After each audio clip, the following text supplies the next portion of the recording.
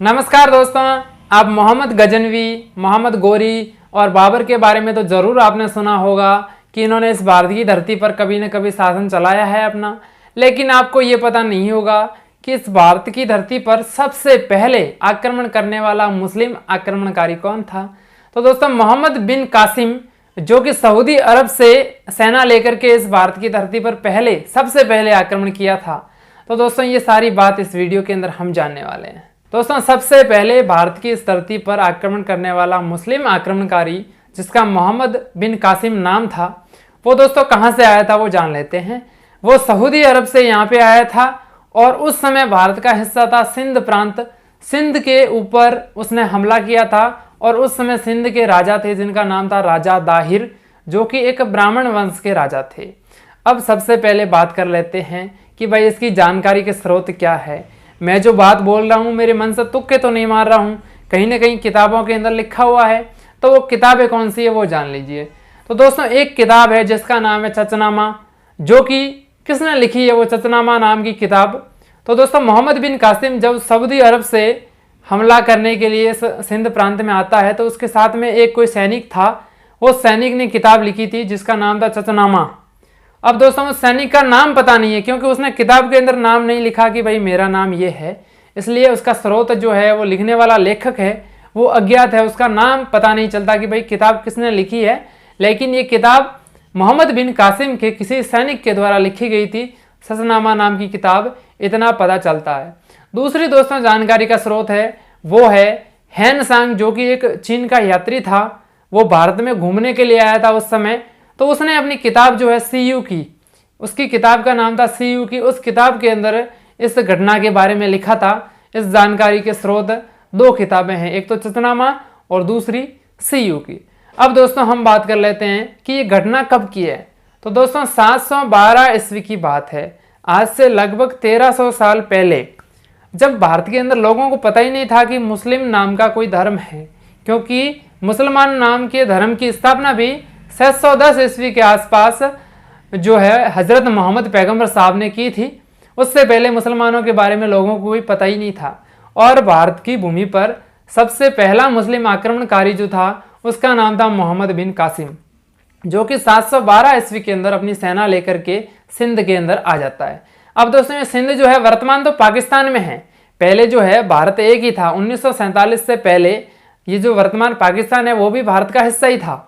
अब दोस्तों, सिंध जो है वो पाकिस्तान के अंदर रह गया। वहां के राजा थे दाहिर।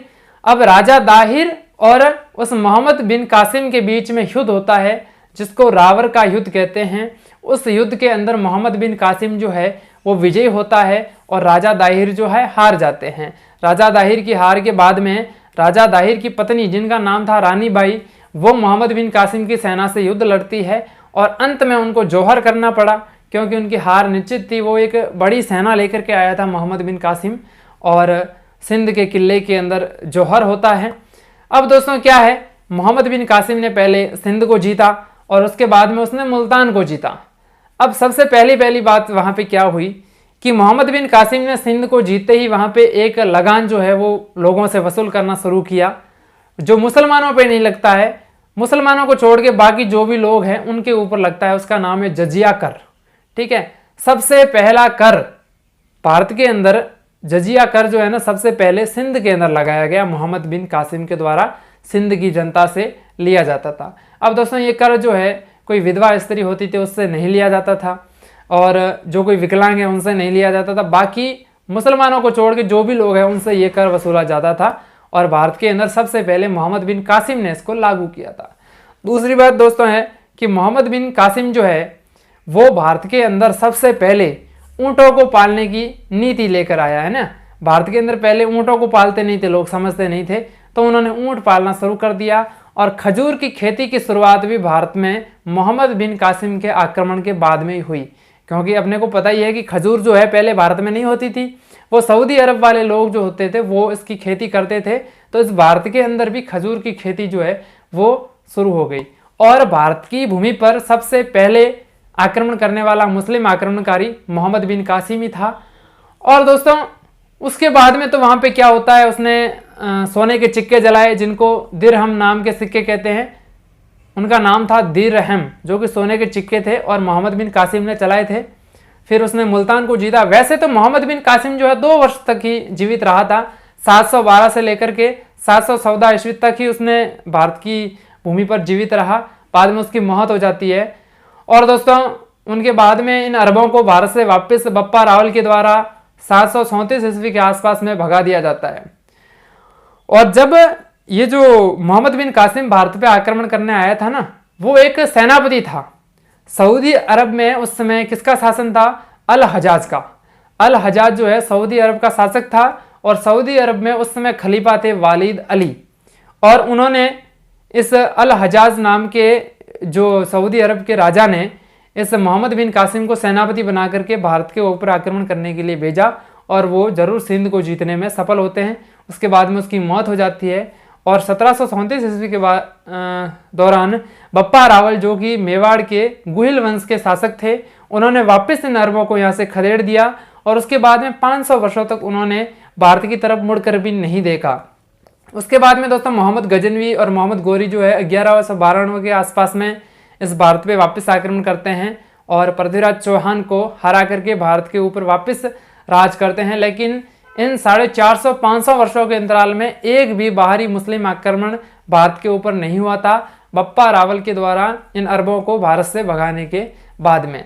अब दोस्तों ये आपको बता दूं कि मोहम्मद पैगंबर जो है उन्होंने इस्लाम धर्म की स्थापना कब की थी? तो 610 ईस्वी के अंदर हजरत मोहम्मद पैगंबर साहब को ज्ञान की प्राप्ति हुई थी।